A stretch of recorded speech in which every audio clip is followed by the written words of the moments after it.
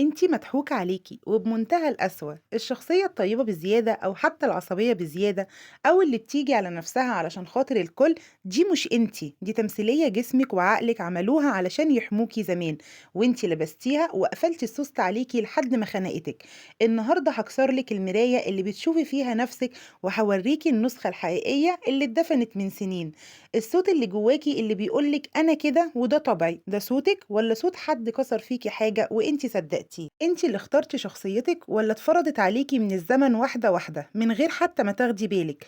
كل مرة سكتتي فيها علشان ما تعمليش مشكلة، كل مرة شككتي في نفسك علشان حد قالك كلمة، كل مرة قلتي أنا مش قد كده، كنتي بتبني نسخة مش حقيقية بس انتي عاوزة تصدقيها. والأخطر إنك عايشة بيها دلوقتي على إنها انتي.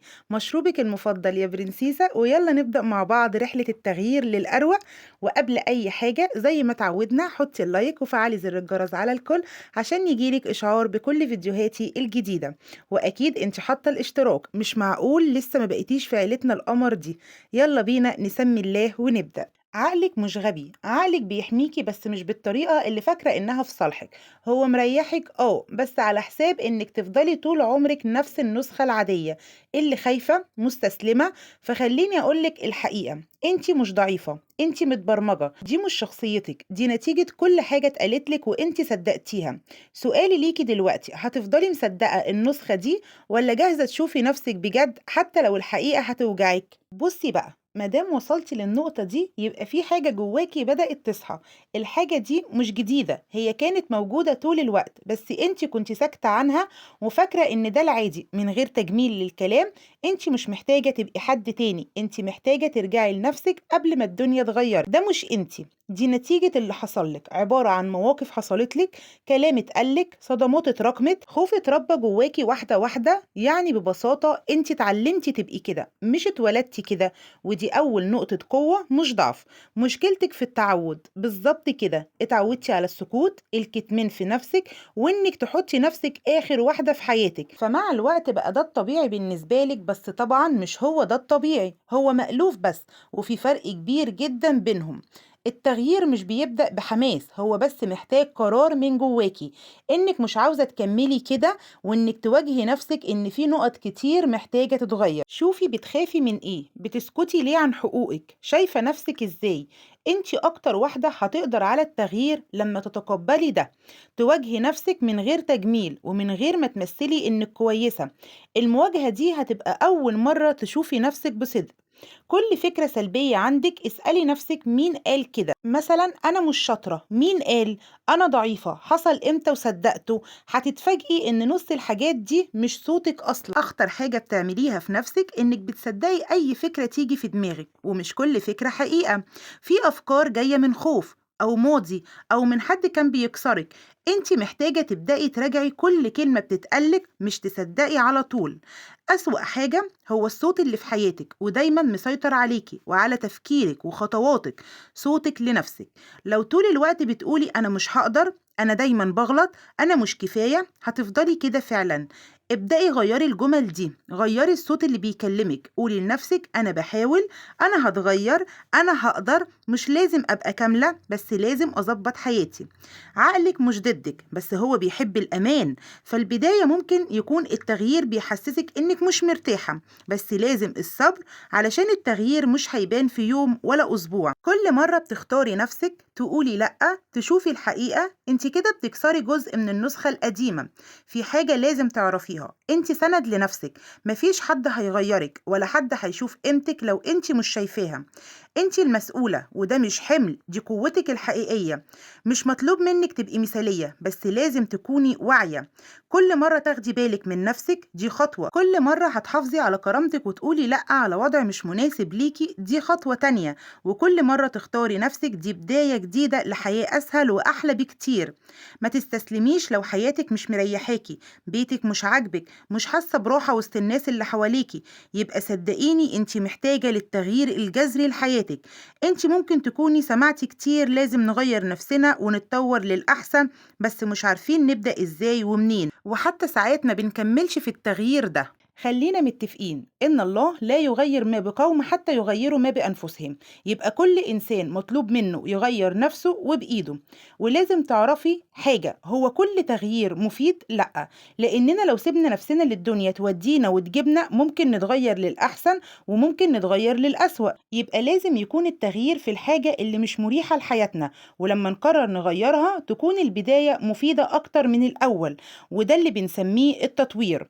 لما بتتغيري بوعي وبقصد انك تبدأي حياة احسن، ده بيكون التطوير الايجابي لشخصيتك. وبالتدريج ابدأي، وهتبقي محتاجة للصبر لان هيكون جواكي تراكمات وعادات وحياة كنت متعودة عليها.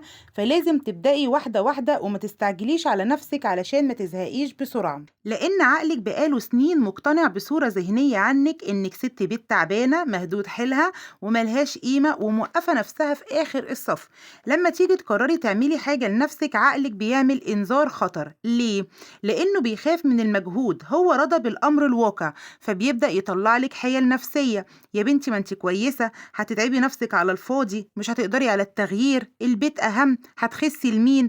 ده اسمه تراكم العادات الذهنية، متبرمج بقاله سنين ان دي حدودك، واي خروج عنها بيصور لك انه خطر عليكي. انت مش فاشلة، انت بس ماشية بسوفت وير قديم ومهنج، ومحتاجة تعملي له ابديت، اعادة ضبط مصنع لكل فكرة سلبية دخلت دماغك. وخدي حذرك لان في ستات كتير لما بتقرر التغيير بتتغير للأسوأ وتقلب على بيتها وولادها، وتفتكر ان القوة هو التمرد الغلط.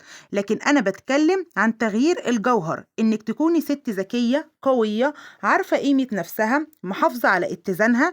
لو اتغيرتي علشان تغيظي حد او تنتقمي فانتي لسه عبدة للشخص ده. التغيير الصح هو انك تعملي سوفت وير ريست لدماغك، اعادة تشغيل علشان تعيشي لنفسك ولربك ولبيتك وانت في كامل طاقتك. وعلشان نكسر الصورة القديمة ونبني كيان جديد محتاجين خطوات عملية مش احلام وردية. اول خطوة، غيري لغتك مع نفسك. كفاية ندب، طول ما انت عمالة تقولي انا تعبانة، انا ماليش لازمة، محدش عارف قيمتي، كملي ورايا، ما انتوا بتموتوا في الندب.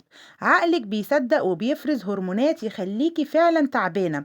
من النهاردة مفيش الكلام ده، علشان عقلك بيتحرك ورا الكلام اللي بتقوليه لنفسك، فحركيه في الاتجاه الإيجابي. تاني خطوة، كسر المقاومة. عقلك بيكره المجهود الكبير.